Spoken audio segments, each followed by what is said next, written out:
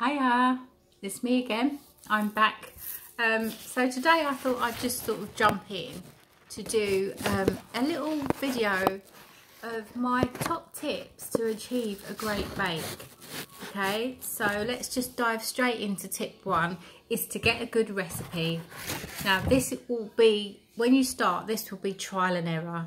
Okay, you're going to try lots of different things, but keep a folder in your kitchen so you can build up a portfolio when you try different recipes. If you like them, if you like the way they come out, then keep it in your folder so you have got a collection of go-tos that you tried and you trust. So if anyone asks you to do a cake, you've got them there already. You know they're going to work. You feel confident to make them, to use them. Okay, my second tip would be to invest in some good kitchen equipment, and I mean a good stand mixer, a good set of scales, good spatula, a long handle spatula so you can scrape around your bowl easily, a good oven thermometer is really important, because your oven doesn't always run at the temperature that you set the gauge to. Sometimes it will run too hot and your cakes will bake too quickly. Sometimes it will run too cold. So make sure that your oven is at the temperature that it should be at, or you will not achieve a great bake. Okay, use quality ingredients. Really important. If you don't use quality ingredients, you won't get a quality bake. Simple. Okay, and you want the best, especially if you're going to sell your cakes. You do want your cakes to be a bit more luxurious or a better quality than just going for bog standard corner shop stuff or the basics in the supermarket. You do want it to be a bit more luxurious than that, so use good quality brands. Okay, double line your cake tins when you're preparing them, and that means you line the inside with greaseproof paper, you line the outside of the tin with newspaper. I have done a video on that, so please do look it up. If you're still not sure what I'm talking about, I explain it all in that video. It will just make sure that the outside of your cake doesn't bake too quickly, so it won't bake, and you won't end up with that big thick crust on the outside of your cake that you then have to cut away. You'll get a nice thin rim of caramelization that will still be soft. Preheat your oven while you're making your batter. Now I usually put a bowl of water at the bottom of my oven, and that creates a steam, so while your cake is baking, it's also steaming it a little bit to keep some of the moisture in there, so you get a lighter, fluffier bake. Okay, you don't have to do this, but again, it's one of my top tips, something that I do, and I really do actually notice the difference if I don't do that. If I don't put my little bowl of water in the bottom and I don't double line my tins, I do actually see the difference in the way my cakes bake. So it's what I prefer to do to achieve that perfect bake for me.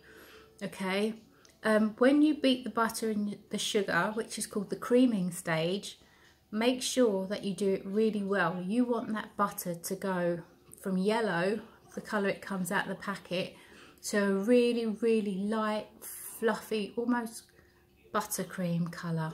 You know, really light, pale, creamy yellow colour. Okay, so you want to beat it really well. Beat it for about 5 minutes on a high speed. Scrape the bowl down, put it on again, scrape the bowl down, and just keep beating it. You want it really light and fluffy. That puts a lot of air into the mixture before you add the flour and the eggs and the flour in. So moving on to the next top tip is, when you put your eggs in, do them one at a time. So the sugar and the butter mix, the fat in the butter has time to combine with the water in the eggs. Okay, because one's quite liquid, one's quite fatty. You have to give them a chance to combine. If you don't, you'll end up with something that looks like curdled scrambled eggs, and then you're likely to think, oh, this doesn't come out right. And don't panic, don't throw it all in the bin. It is okay, it will come together. Just give it a bit of time, a bit of patience, just breathe, it's fine. Okay, you can add a tablespoon of flour into it and just keep mixing and it will come together. Okay, so don't panic. My next step is to, if you're using more than one tin for your cake batter, distribute the batter evenly between the tins, because if you don't, you're going to have one cake that bakes and rises to like 2 inches, and the other one you might get 1 inch or half an inch or something like that.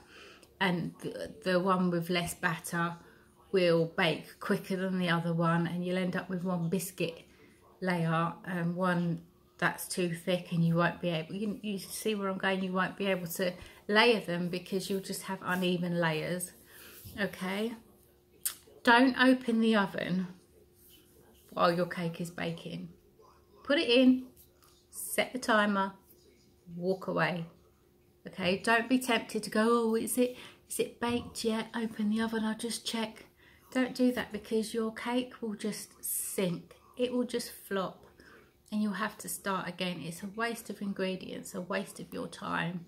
Okay, if the timer goes off and you go back to check on it and you get your cocktail stick and you test your cake by putting the cocktail stick into the cake, pulling it out. If there's still batter on there, that means it's not quite cooked in the middle. So then you can put it in for another 5 minutes and just keep checking it after every 5 minutes, because it's done most of its baking then, but it's just the centre hasn't quite finished baking. It's not going to flop at that stage.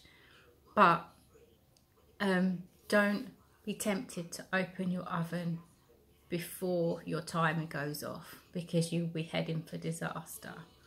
Okay, my next tip is allow your cake to cool completely before you wrap it in cling film or before you start working on it. So when it comes out of the oven, what I do is I just leave it on the stove for about 5 minutes before removing it from the tin, and then I remove it from the tin and I take the grease proof off it and I just leave it on a wire rack with a tea towel over the top. And when it's completely cooled down, I then double wrap it in cling film and leave it on my work surface overnight with a tea towel over it until I'm ready to split and fillet the next day. If you are going to be carving and sculpting these cakes, then by all means pop them in the fridge, wrap them in cling film first, pop them in the fridge, and when you go to carve the next day, it won't be so soft and crumbly. You'll have a nice cake to work with. If you are baking cakes to carve, make sure you go for something, go for a recipe that's more sturdy, so like a proper Madeira instead of a sponge. Okay, because a sponge will be too soft and Madeira is a little bit more stable and sturdy, so you'll be able to get a firmer cake to work with. I can't really think of anything else at the moment, but if you can think of, or if you've got any questions, or if there's anything that I haven't covered that you think is a great tip for baking, then by all means put it in the comments below. You know, we're here at the end of the day to help each other, so leave it in the comments below. You never know, you can be helping. I'd love to hear what your top tips are. You know, I like to learn from people too, so let's just share our knowledge, and happy baking. Good luck guys, take care, bye.